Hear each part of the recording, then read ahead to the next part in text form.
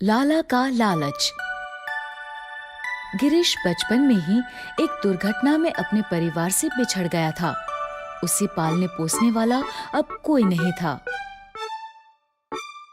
लेकिन कहते हैं ना कि जिसका कोई नहीं होता उसका ऊपर वाला होता है। गिरीश के साथ भी कुछ ऐसा ही हुआ। एक दिन वो अकेला एक रास्ते से गुजर रहा था। रास्ते में आम का एक घना पेड़ था।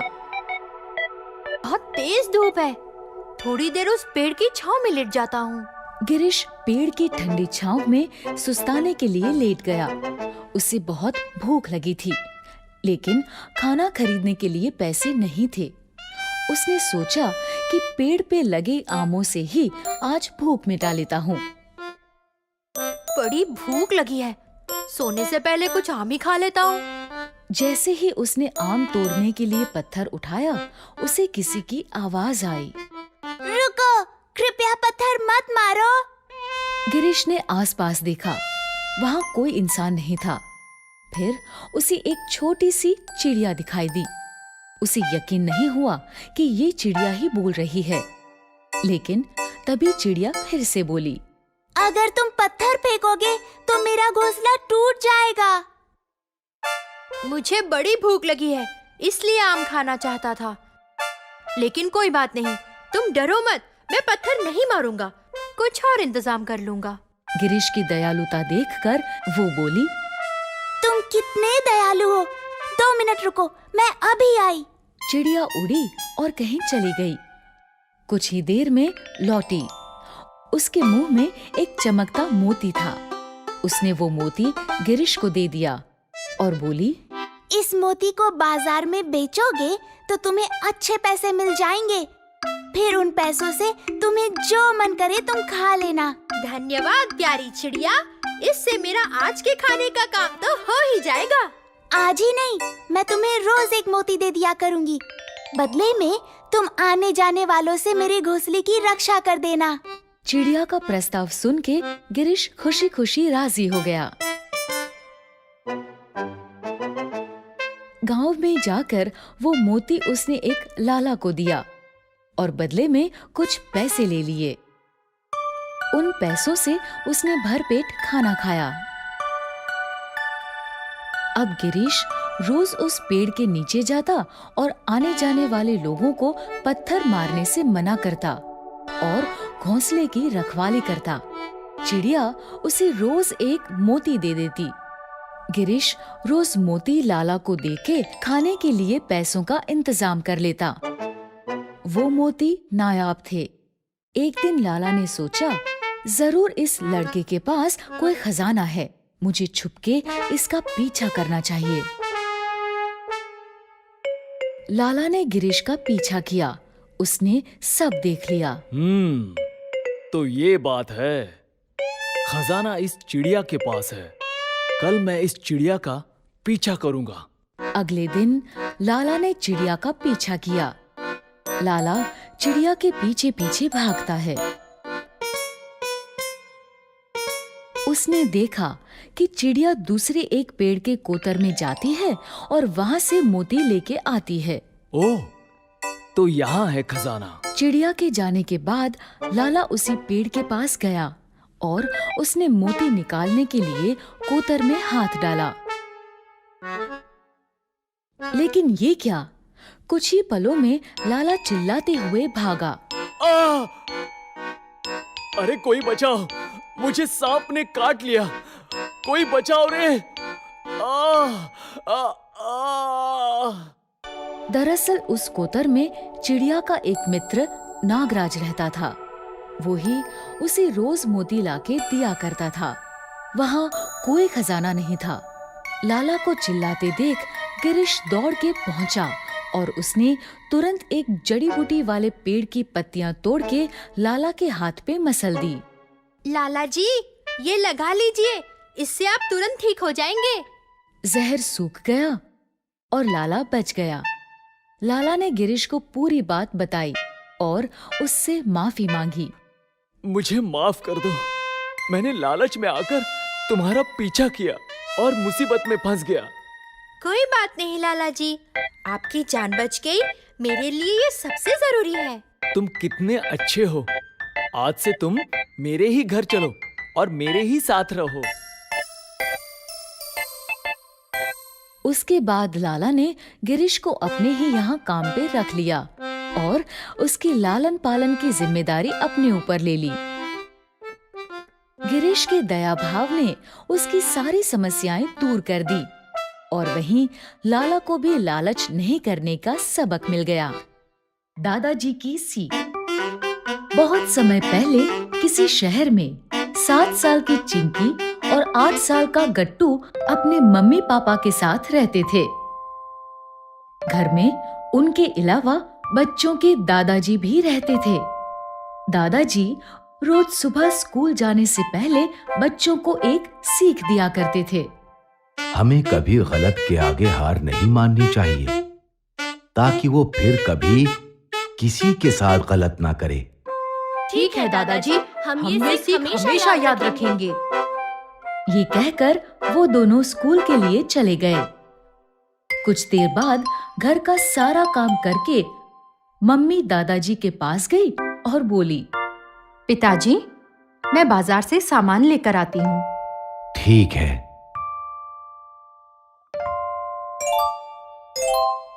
ये दुकान तो बहुत अच्छी लग रही है। आज मैं यहीं से घर का सामान खरीदूंगी। दुकानदार उन्हें देखकर बोला, आइए, आपका मेरी नई दुकान पर स्वागत है। कहिए, आप क्या लेंगी? मुझे 5 किलो अच्छे वाले चावल दे दो। ठीक है, मैं अभी आपके लिए 5 किलो अच्छे वाले चावल लेकर आता हूँ। लीजिए।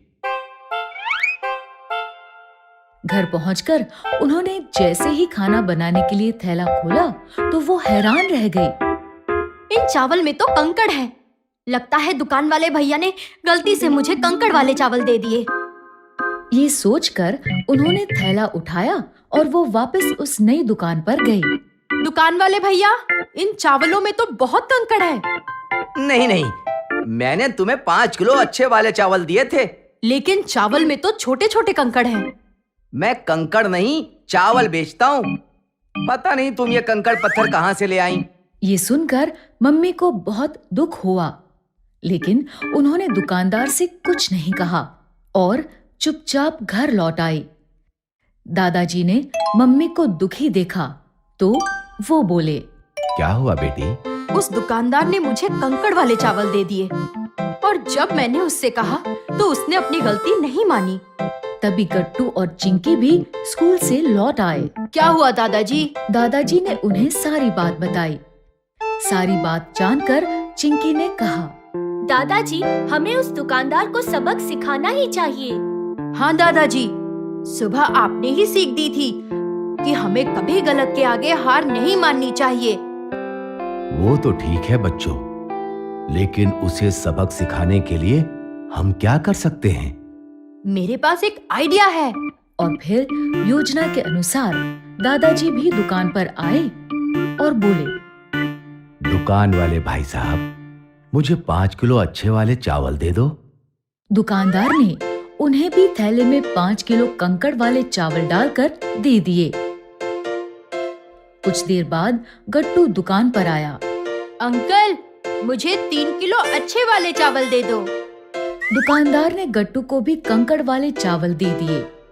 गट्टू थैला लेकर वहाँ से चला गया। गट्टू के जाने के कुछ देर बाद चिंकी भी दुकान पर आई। अंकल, मुझे 2 किलो अच्छे वाले चावल दे दो। अरे, सब कंकड़ तो खत्म हो गए।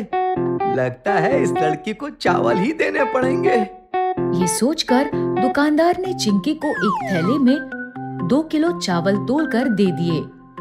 चिंकी ने जब थैला खोलकर देखा तो उसमें चावल ही थे। इस पर उसने दुकानदार से कहा, नहीं अंकल, मुझे तो वही अच्छे वाले चावल चाहिए जो आपने मेरी मम्मी, दादाजी और भैया को दिए थे।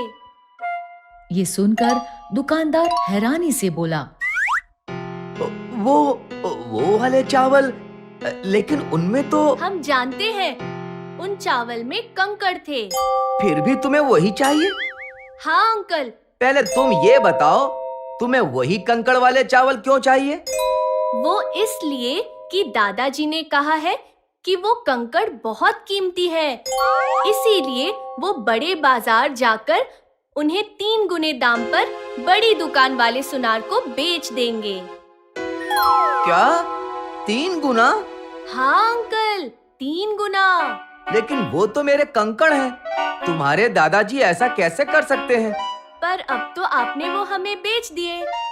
बेचे नहीं थे, चावल के साथ गलती से दे दिए थे, इसीलिए वो मेरे हुए। लेकिन कुछ नहीं। तुम्हारी मम्मी, दादाजी और भैया को मिलाकर मैंने कुल 23 किलो कंकड़ वाले चावल दिए हैं। इसके बदले में मैं तुम्हें 30 किलो अच्छे वाले चावल दूंगा। ठीक है, आप इतना कह रहे हो तो हम आपके कंकड़ वाले चावल वापस कर देंगे। अरे दादाजी, लीजिए आपके 30 किलो चावल। अब मुझे मेरे कीमती कंकड़ वाले चावल वापस कर दीजिए। ठीक है। दुकानदार ने कंकड़ वाले चावलों से भरा बोरा उठाया और वो वहाँ से चल दिया। बोरा लेकर वो सीधा बड़े बाजार की सुनार की दुकान पर गया। सेठ जी लीजिए, मैं आपके लिए बोरी भरकर कीमती कंकड़ लाया हूँ। अब जल्दी से मुझे मेरे पैसे दे दीजिए। सुनार ने बोरा खोलकर देखा तो वो हंसने लगा। कीमती पत्थर, ये तो साधारण पत्थर है, इसका तो मैं तुम्हें 1 रुपया भी ना दूं। ये सुनकर दुकानदार बहुत दुखी हुआ। वो समझ गया कि जैसे वो लोगों को ठगता था, ऐसे ही आज उसे भी किसी ने ठग लिया है। और फिर उसने तय किया कि अब मैं कभी किसी के साथ ऐसा नहीं करूँगा। तो बच्चों, इस कहानी से ये शिक्षा मिलती है कि अगर कोई हमारे साथ कुछ गलत करता है तो हमें उसे इसका सबक जरूर सिखाना चाहिए, ताकि वो फिर कभी किसी के साथ कुछ गलत ना करे। गट्टू और गुलाबी परी। एक दिन गट्टू बहुत उदास बैठा था। उसका घर में किसी काम में मन नहीं लग रहा था, तो उदास गट्टू ने सोचा कि क्यों न पेंटिंग ही की जाए।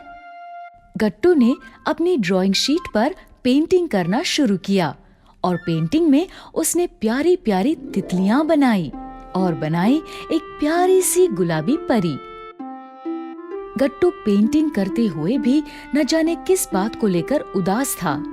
तभी गट्टू की आंख से एक आंसू टपककर उसकी पेंटिंग में बनी हुई परी पर गिर गया। आंसू गिरते ही उस पेंटिंग में से खूब सारा गुलाबी धुआं निकला। धुएं को देखकर गट्टू घबरा गया और उसने आंखें बंद कर ली। थोड़ी देर बाद जब गट्टू ने आंखें खोली तो उसने देखा कि उसके सामने एक गुलाबी परी खड़ी है, जो बिल्कुल वैसी ही है जैसी कि उसने पेंटिंग में बनाई थी। गट्टू ने उससे पूछा, तुम कौन हो? मैं हूँ कैंडी, वही गुलाबी परी जो तुमने अभी अभी बनाई थी। गट्टू आंखें फाड़ फाड़ कर अपने पेंटिंग को उस परी से कंपेयर करने की कोशिश करता है। अरे हाँ, तुम तो यही हो, गुलाबी परी। लेकिन तुम यहाँ क्यों आई हो? जो बच्चे उदास होते हैं, मैं उन्हें पिंक कैंडी देने चली आती हूँ। गट्टू के चेहरे पर एकदम से स्माइल आ जाती है। सच? तुम मुझे पिंक कैंडी दोगी? लेकिन उससे पहले तुम्हें मुझे बताना होगा कि तुम इतने उदास क्यों हो। गट्टू का चेहरा फिर उदास हो जाता है और गट्टू कहता है, मम्मी कहती हैं कि मम्मी इस बार मुझे नानी के घर नहीं ले जाएंगी। क्यों? इस बार मम्मी केवल चिंकी को साथ ले जा रही हैं। और ऐसा क्यों? क्योंकि मम्मी कहती है कि तुम बहुत बिगड़ गए हो गट्टू। ना ही बड़ों की बात मानते हो और ना ही उनका सम्मान करते हो। इस बार मैं तुम्हें नानी के घर नहीं लेकर जाऊंगी। चिंकी, चिंकी, कुछ करो ना, नहीं तो माँ इस बार मुझे नानी के घर नहीं लेकर जाएंगी। फिर मैं नानी के बगीचे के अमरूद और जामुन कैसे खाऊंगा? गट्टू, इस बार माँ तुमसे बहुत नाराज है। लगता है इस बार सच में माँ तुम्हें पापा के पास छोड़ के जाएंगी। रो मत गट्टू। एक काम करो, तुम अपना हॉलीडे होमवर्क पूरा कर लो। हो सकता है माँ खुश होकर तुम्हें अपने साथ ले जाए। और अगर फिर भी नहीं ले गई तो फिर अब कोई चमत्कार ही तुम्हें नानी के घर ले जा सकता है। चिंकी कहती है कि अब कोई चमत्कार ही मुझे नानी के घर ले जा सकता है। चिंकी बिल्कुल ठीक कहती है, तो चलो चमत्कार करते हैं। गट्टू, अगर तुम्हें नानी के घर जाना है तो तुम्हें मेरी हर बात माननी होगी। सबसे पहले तुम्हें रोज अपना होमवर्क टाइम से खत्म करके 1 घंटा माँ और दादी के साथ बिताना होगा और पापा की फाइल्स उनकी मेज पर जमानी होगी। ठीक है। अब मैं चलती हूँ, और हाँ, याद रहे मैं हमेशा तुम्हारे साथ रहूंगी। इतना कहकर परी छू करके गायब हो गई और जहाँ से आई थी वहीं चली गई। गट्टू ने अपनी ड्राइंग बुक बंद करी और वहीं लेट गया। गट्टू सो रहा था और उसने सुना कि दादी बाहर से किसी को मदद के लिए बुला रही है।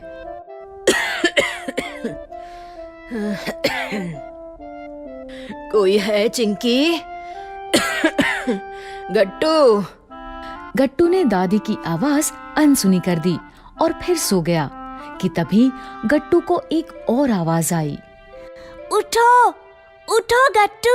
गट्टू को समझ नहीं आया कि ये आवाज कहाँ से आई और किसकी है। फिर उसका ध्यान उसकी पॉकेट पर गया। ये क्या? परी गट्टू की पॉकेट में बैठी थी। मैंने कहा था ना कि मैं हमेशा तुम्हारे साथ रहूंगी। जाओ, बाहर दादी तुम्हें बुला रही है। लेकिन बाहर गया तो दादी पक्का मुझे कोई ना कोई काम बता देगी। गट्टू, चमत्कार होते देखना है ना? इतना सुनकर गट्टू तुरंत उठकर बाहर जाता है। गट्टू, गट्टू, मेरे दूध का टाइम हो गया। घर में कोई नहीं, जरा मुझे दूध ला दो। गट्टू, चलो किचन में। लेकिन ये तो ठंडा है। माँ ने गैस जलाने को मना किया है। अब मैं क्या करूं? दादी को भूख लगी है। अरे ये क्या? तुम्हें जादू भी आता है? एक काम करो, दादी से कहो कि आज वो ये छाछ पी ले। ये सही रहेगा। और छाछ तो ठंडी ही पी जाती है। अच्छा हुआ तुम मेरे लिए छाछ ले आए गट्टू। मेरा कल से छाछ पीने का बहुत मन कर रहा था।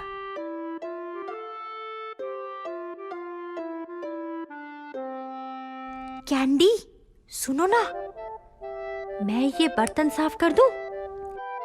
नहीं गट्टू, तुम अभी छोटे हो, इसलिए इस काम में मैं तुम्हारी मदद कर देती हूँ। ठीक है, तब तक मैं ये सामान फ्रिज में जमा देता हूँ। मम्मी देखकर बहुत खुश होंगी। एक दिन घर पर दादी और गट्टू के सिवा और कोई नहीं था। चिंकी और गट्टू के मम्मी पापा बाजार गए हुए थे कि तभी गट्टू को बाहर से दादी के खांसने की आवाज आई।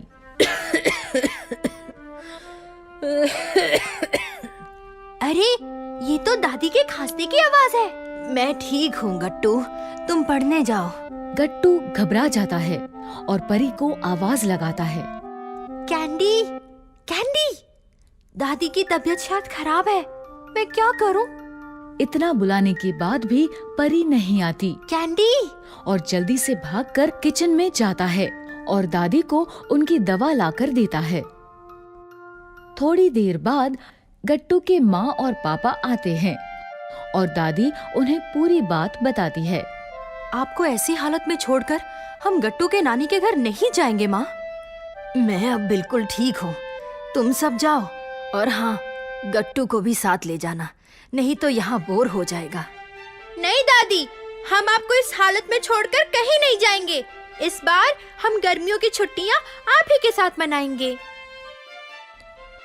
गट्टू ठीक कह रहा है माँ, छुट्टियों का मजा तो घर पर भी उठाया जा सकता है। गट्टू, हमें तुम पर गर्व है कि तुमने आज अकेले अपनी दादी का ख्याल रखा। गट्टू, ये तो सच में चमत्कार हो गया। और इस तरह सच में चमत्कार हुआ। गट्टू की माँ और दादी ने गट्टू को बहुत प्यार किया और उसे समझ आ गया कि बड़ों का सम्मान और उनकी देखभाल करने से न केवल उन्हें अच्छा लगता है, बल्कि ऐसा करने से छोटों को उनका आशीर्वाद भी मिलता है। कहानी का सार ये है कि हमेशा बड़ों का सम्मान करना चाहिए। अगर आपको हमारे वीडियोस पसंद आ रहे हैं तो इन्हें लाइक करें, कमेंट करें, सब्सक्राइब करें।